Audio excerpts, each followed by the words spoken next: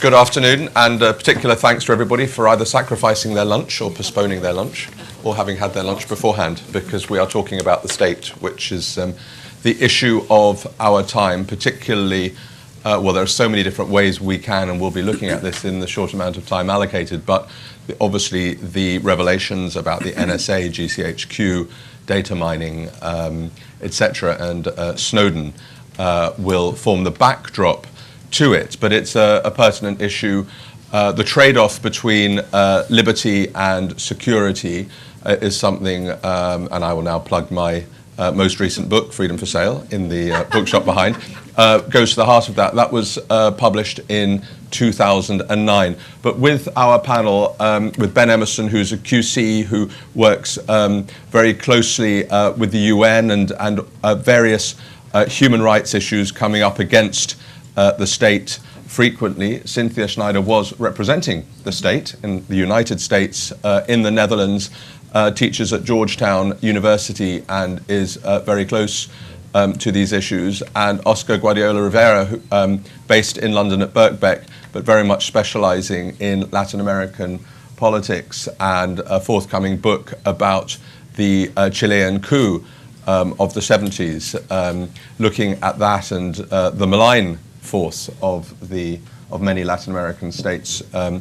through history. So I suppose before posing to the panelists the question, can we trust the state, I suppose let's look a little bit more historically and ask the question, was there ever a time when we did trust the state? If you look at Britain and the British state and the state of accountability and transparency of, say, policing back in the 70s and the 80s, has it improved? Well, in spite of many problems, the answer is arguably yes. But has there ever been a golden era? Let's start with you, Ben, when in this country or in other countries we could look upon the state as a predominantly benign force? Well, I think I've been on a fairly steep learning curve on some of those questions, because I think I began my work with the UN really on the starting assumption that there's nothing about the state that one can ever trust. And indeed, I think the nature of the mandate that I occupy for the UN is all about holding the state to account in those circumstances where there is a trade-off between security and liberty. So my job is Special Rapporteur on Human Rights and Counter-Terrorism. And you have this rather bizarre relationship, because on the one hand, your job is to go around particular states and to look at the ways in which that trade-off has been miscast. In other words, to look at the ways in which states have, in recent years, particularly over the last 10 years, have abused the state powers that are available, both openly and clandestinely, in order to counter terrorism. But at the same time, you are reporting to other states who seek to hold each other to account.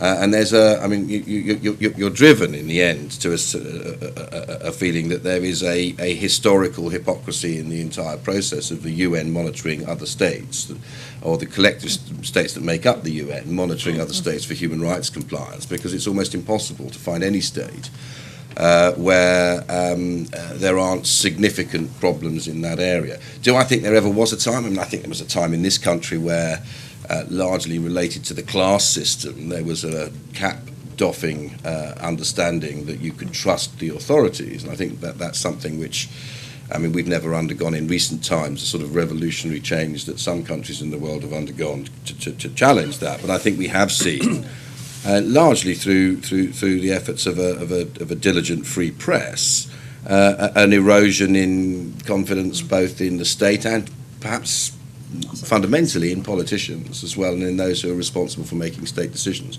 I mean, to my mind, complete scepticism is the right approach to take, because if you look particularly in foreign policy areas concerned with security, the quality of the advice that's being received and the decisions that are being made is so shockingly bad. I mean, and I include the United States, where there's a much... Assume we were at the top of the list. Well, I mean, certainly it depends on which point of view you take. I mean, you can take the obvious point of view that says, well, you know, the US has done a lot of very, very bad things in policy, foreign policy terms, a lot of things that are counterproductive, and you can infer into that a sort of generally malign intent, or you can take a rather more sophisticated approach and realise that the quality of the advice that's being given the analysis, the understanding, for example, of the politics of the Middle East and North Africa, in Whitehall and in Washington in particular, is really poor, actually. It's really poor. They're making some appallingly bad decisions, largely in good faith, but based on the most inadequate understanding of the people that they're dealing with. And I think that's probably always been the case. I mean, there's been an erosion within the British Foreign Office of what was at one time a fairly sort of core body of Arabist expertise, which isn't either there any longer, or at least isn't listened to any longer. But at the end of the day, the takeout message for me, and I was discussing this with somebody, with Mike Jackson yesterday, the takeout message for me is that politicians are always making short-term decisions.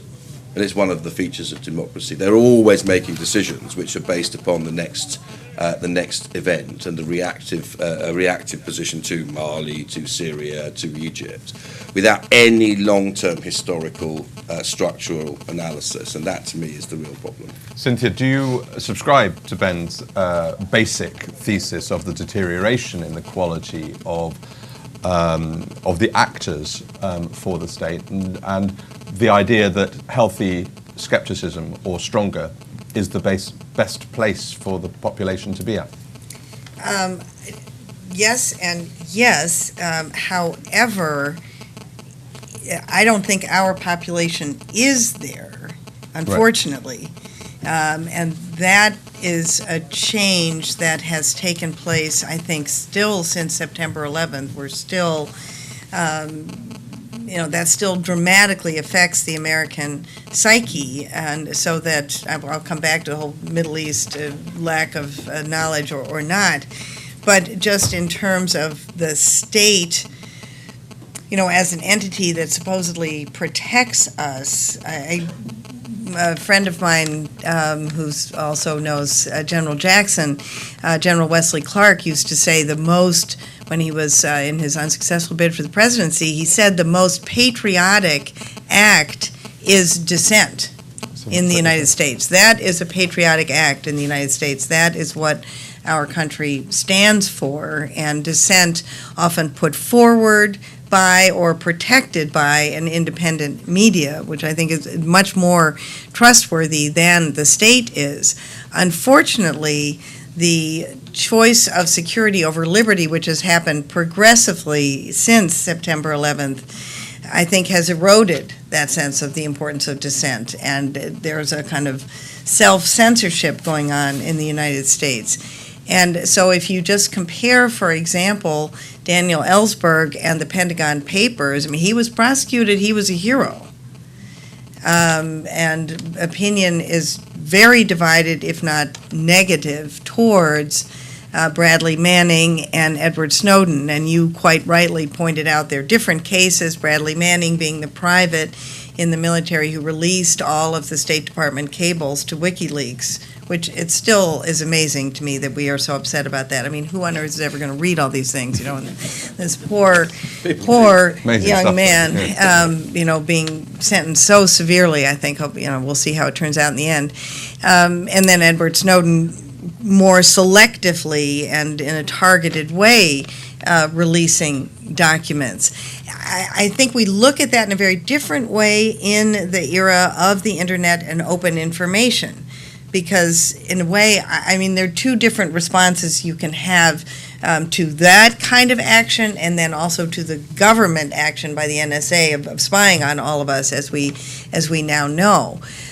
My reaction is influenced by the fact that Google knows where I shop and what I would like to buy, and is always getting on me with that. So I figure there are no secrets. Everybody knows everything about everyone anyway, and just throw up your hands in despair and make the most you can out of it. And enjoy the fact that you've access to so much information.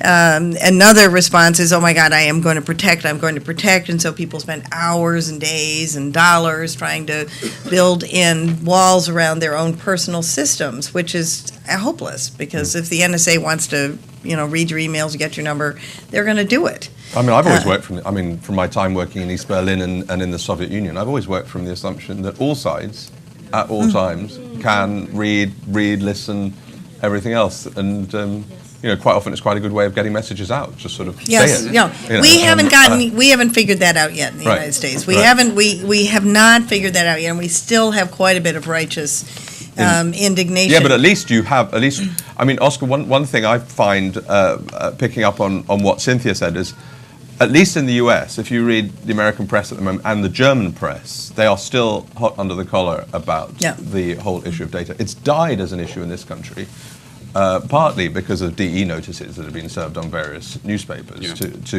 to keep quiet.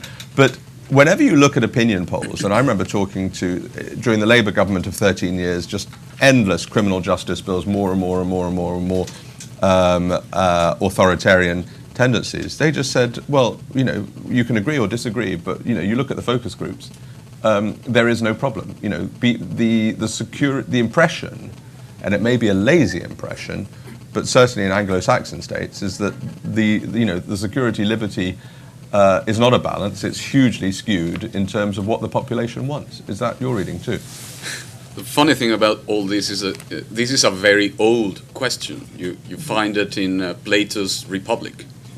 Yeah. He, in the dialogue, he asks some of his young listeners, well, what do you prefer, liberty or security? Those exact words were used in the dialogue. And then his answer is really interesting, because he has Socrates answering, well, we want the state to be our guardian, meaning we want it to protect us. In order to protect us, well, the state has to be fast, furious in its response against our enemies, but very polite and civil in its treatment of its own people. Which means that it has to adhere, its behavior has to adhere to a higher principle, the good, he calls it. In order to do that, we must assume that the guardian, the state, is able to distinguish between the good and the bad, between the enemies and its others. Which means we want a state that is also a good philosopher. Which means that to be a good state is a matter of knowledge, gaining better knowledge. The conclusion is that if that is the case, then the state cannot lie. If a state lies, Socrates concludes, it can never be trusted, and the people will never trust the state. The best alternative is therefore for all the people to become guardians of their state. And you find the exact same answer all the way to Immanuel Kant in the 18th century, and we were reminded of that answer during the Nixon U.S. administration. Why? Ben told us why.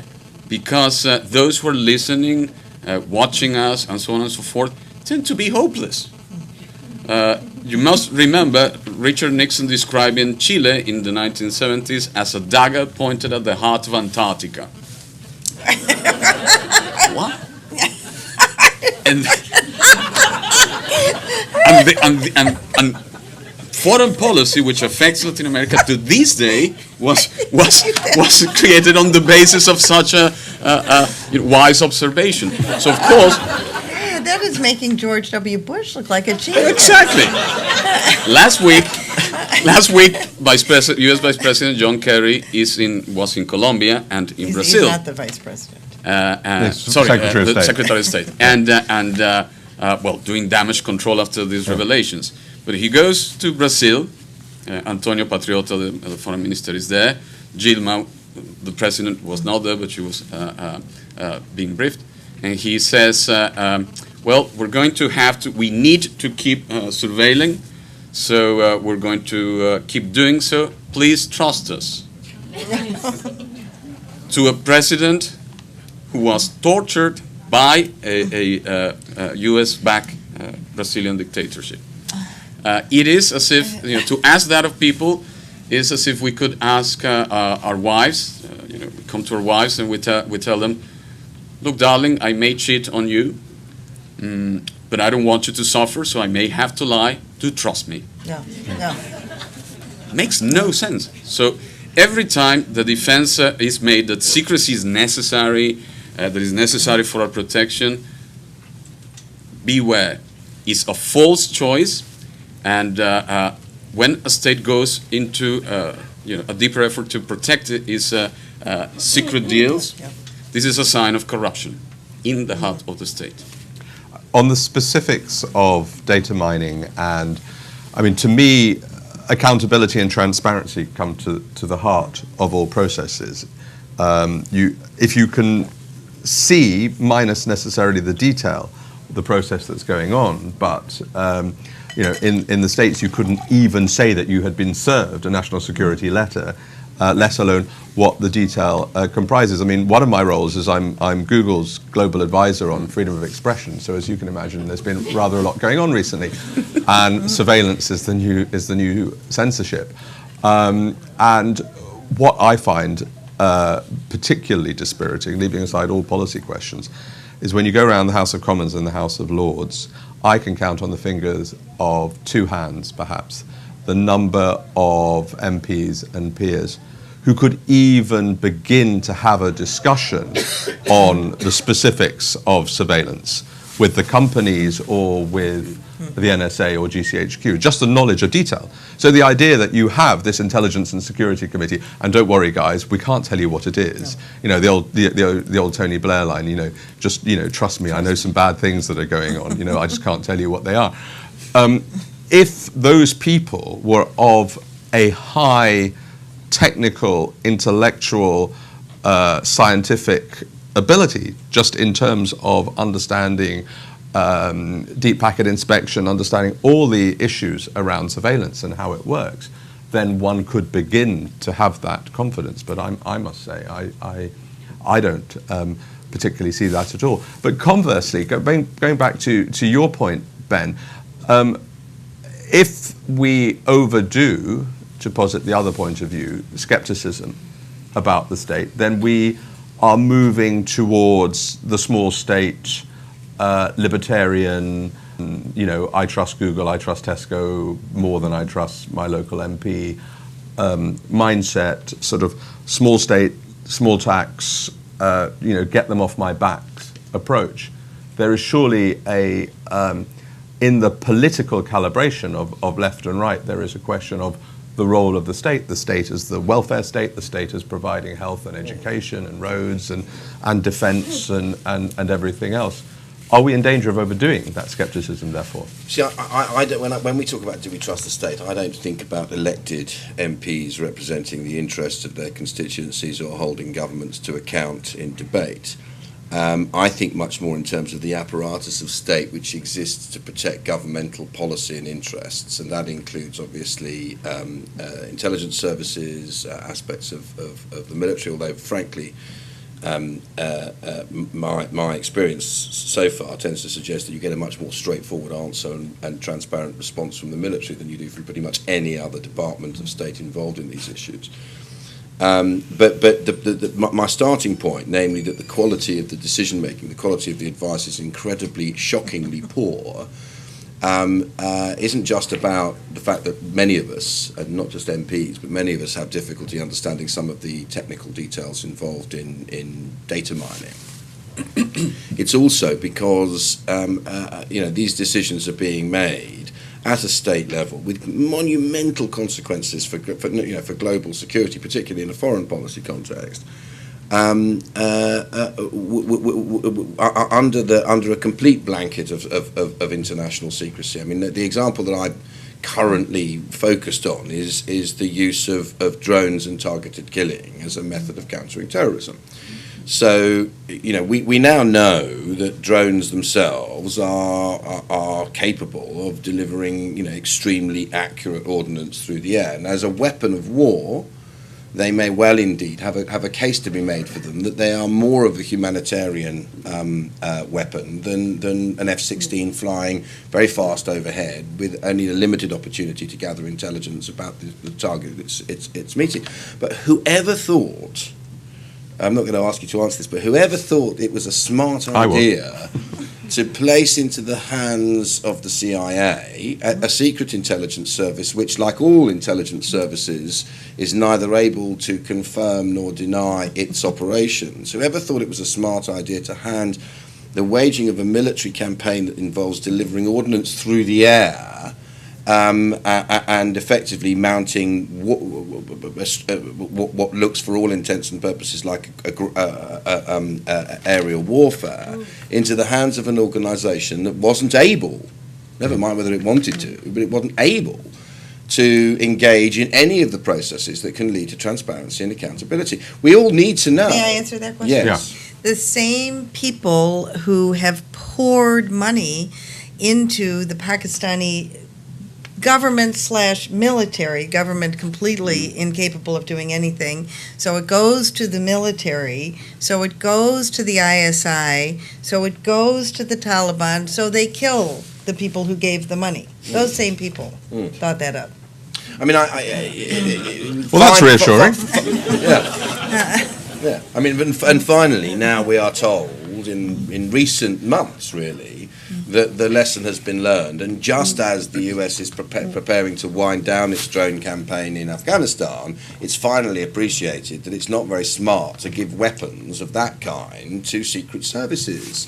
I mean, it would be like handing a fleet of F-16s to MI6 and saying, go and do your business. I mean, it's unthinkable in this They're country. not as big as F-16s. No, they're bigger, actually. They've got wider wingspan, bigger, in fact. Well, they're quite. These must be the same people who thought it was a good idea to give all the weapons to Pinochet and his cronies because he was a son of a bitch, but he was our son of a bitch. Well, these are also the same people, because I think something you're raising is the issue of how the state views itself and then how others view the state. And it is in the case of the United States, but I don't think the United States is alone in this. I think it's true of Great Britain, too, many other countries. There is still the idea that we are the good guys. We stand for, we have our principles. We stand for our principles. And somehow all the rest of you are supposed to understand that sometimes we have to violate those principles for the sake of regional security, which is the kind of thing. And I think that actually worked for quite a long time. But it doesn't work anymore, and that's the difference with the free flow of information, citizen journalism, everyone having access to information, and that is the adjustment that at least my government has not made yet. Cynthia, let me put the point I put to Ben to you, but from an American perspective, particularly with the American sort of ultra-libertarian individualistic approach, much less statist than particularly the continental European one. If you have a position where skepticism turns into downright cynicism, they're all a bunch of crooks and cheats and liars, we can't believe them, and you watch Fox News and you see all of that, and contrariwise you watch MSNBC and you see a different but similarly partisan view, then are there dangers in overdoing this skepticism stroke cynicism? Absolutely. I mean, I don't want to be skeptical. I would like to believe in my government. Really, I think the main problem, particularly in foreign policy, is that I don't think my government believes in its own principles. And doesn't, it relegates it to second place. And if I suggest and other people suggest, what if we actually acted according to our principles? What if we did that? Because I think that is the position of strength. Because clearly we don't have military power that's particularly valuable anymore, and I'm not sure anyone does. I mean, the military power doesn't seem to succeed. So what kind of power does? I maintain the power that does is the power of influence and persuasion. But the only way you can exert that power is if you stand up to scrutiny. Which brings me, Oscar, onto the question, onto a related question, which is, as Cynthia just said, about the question of power, who holds the power, whether it's huge internet companies such as Google, whether it's huge multinationals, whether it is the new, you look at the parallel economy in London now of the super rich, the state, the nation state, arguably is withering away. Maybe this whole question of trying to seize data is a last hurrah. With the exception of the United States, no country can really independently go to significant war anymore. on their own, such as the nature. Do you see? I mean, is the state the most malign of all the potential forces out there? Well, certainly not. But again, this is not a new question. I'm fascinated by the fact that this is such an old question. Let me first go back to your previous question, which is a very important one. Does skepticism lead to cynicism and therefore the undermining of democracy? Absolutely the case, which is why Plato does not have Socrates replying, we should all withdraw from the state. Rather, his answer is, we should all become guardians. We should all become engaged. We should engage the state. An active citizenry is the proper alternative. And that, of course, leads to democracy. That's the idea. That was the idea in the 7th century before Christ. It is still the only one idea that has proven to be correct. What has been happening is that, as you were mentioning, as companies and so on, other actors or stakeholders begin to hijack the state, the citizenry loses its trust in it, withdraws, and it is left with, we're all left with no arena and no levers and no weapons to actually turn the state into our proper guardian. So to answer your question, what should we do about all this?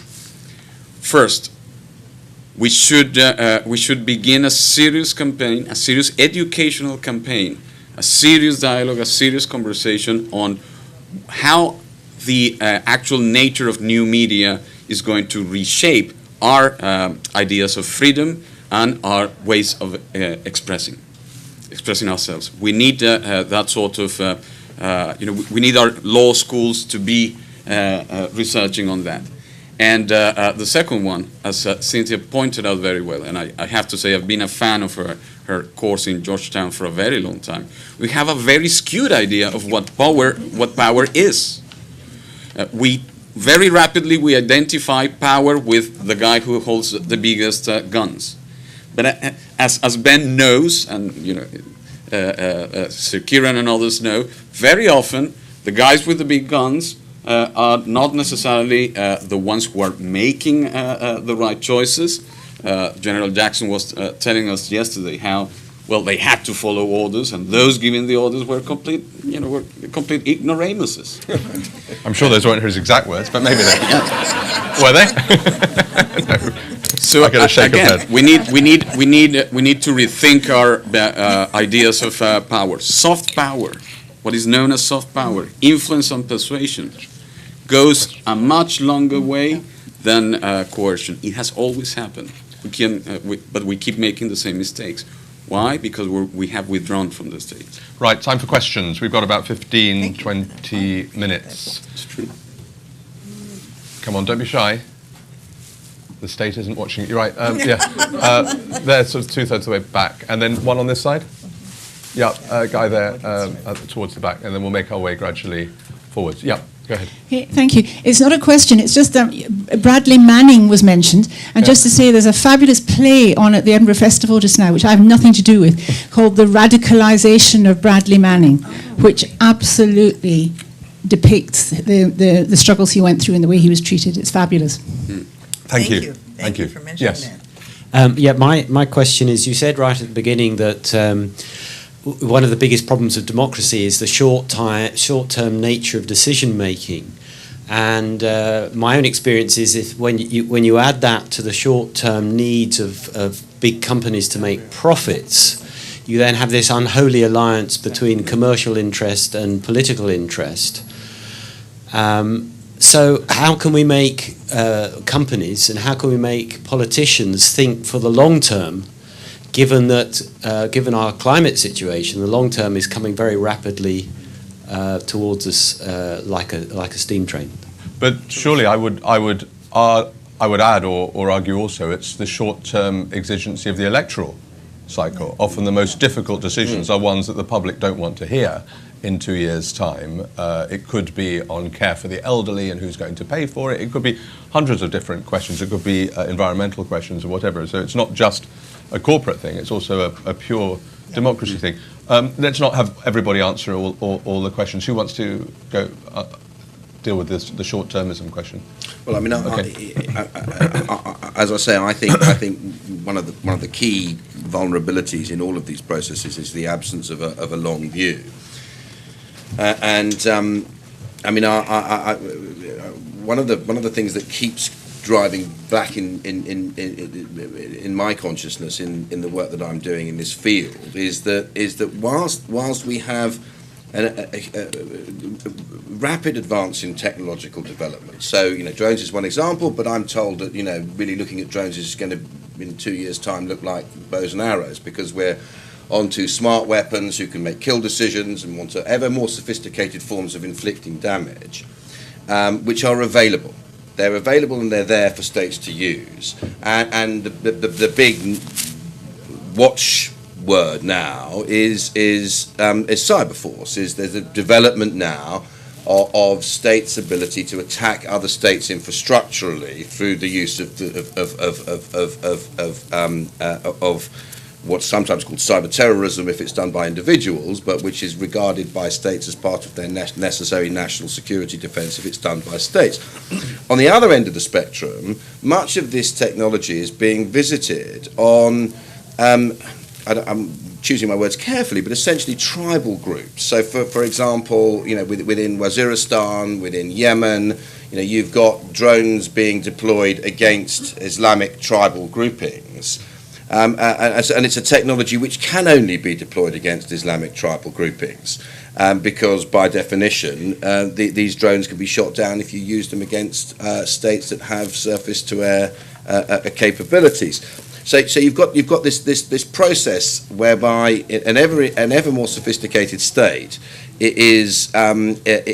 or state apparatus is waging war against often people who have traditional ways of life without any long-term historical perspective about where they're going or why they're seeking to do it. They're doing it because it's available, and then the rationale, both political and legal, follows on after the event. And one of the things that shocks me most about this is that as states have become had available to them in the last 3, 4, 5 years, increasing abilities to attack one another's infrastructure technologically through cyberspace, there has now developed an analysis as to what the rules are that govern the rights of states to attack one another. And guess what they've chosen? They've chosen the law of war as their analogy. In other words, there is now developed very early this year an agreed consensus called the Tallinn Principles, which applies international humanitarian law, the law of war, to the process by which states can now attack each other's infrastructure. Now, to me, when you've got governments turning over relatively rapid, with relatively short-term agendas, you allow people whose mandate is not democratic. I mean, the men and women who are developing the idea that takes us into warfare as the analogy for how we are going to use cyberspace are not politicians, like you say. They're not people who are particularly well informed about it. Politicians, they're not standing for election on these issues. These are not issues that feature in democratic debate.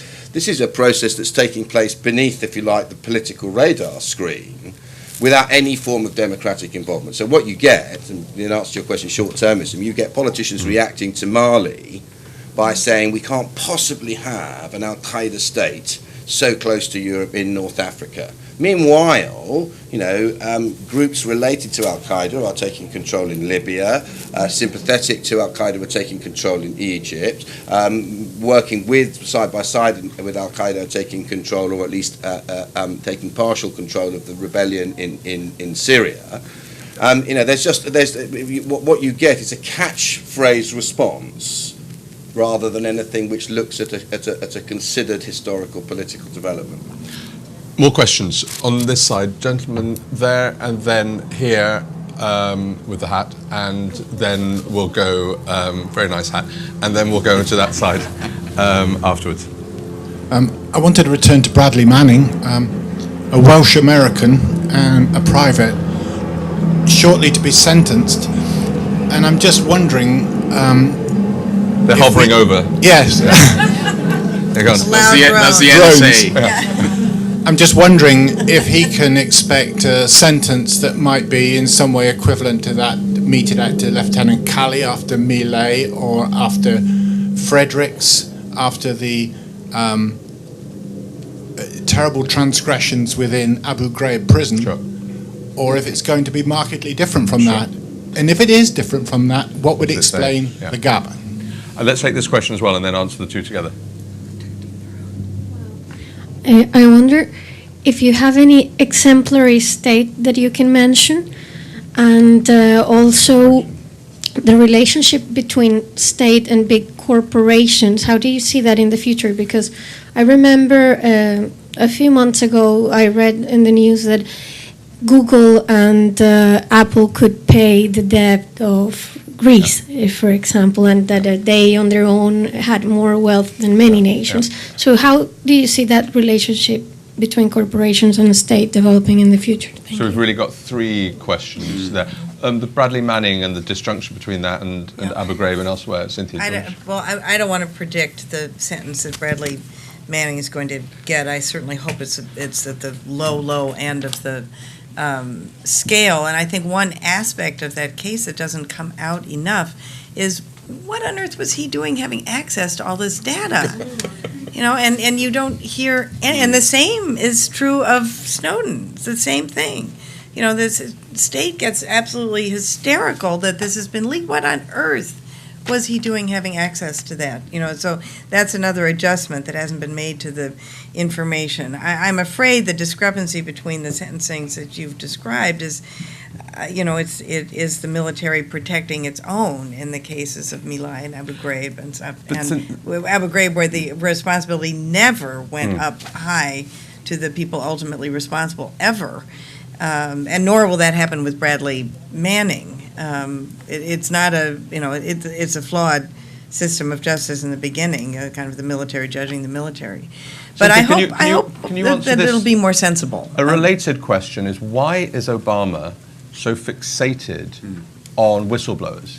He has prosecuted more whistleblowers than all previous American presidents put together. Use the espionage. I mean, Yeah. what is it about, and why do they get more than people who torture or whatever? Yeah, I don't know. I can make a guess, but I truly don't know. I mean, the one thing about President Obama that people tend to forget, he had 2 years experience in government, and most of that was spent campaigning. So I don't know what we expected him to know when he became president. It's just, he hadn't done that much. So, Yeah, but that applies to a lot of American presidents. no, it does not. Not like that. Not like that. No, it absolutely, You're saying really, at state level, it absolutely governors does not. Yeah, And this is a first. Okay. But it also could possibly be the reverse of Nixon going to China. It's like, Yeah. you think I'm a hip liberal Democrat. Actually, I'm going to show you I'm tough. Yeah, he has become a security president. Yeah. There's no question about Oscar, that. what about the exemplary state? Is the there one? exemplary state? In the present, it's a good question. In the present or in the past? The United States, right? George W. Bush and Richard Nixon put Yeah. together. No, there isn't. I mean, that's not the role of, again.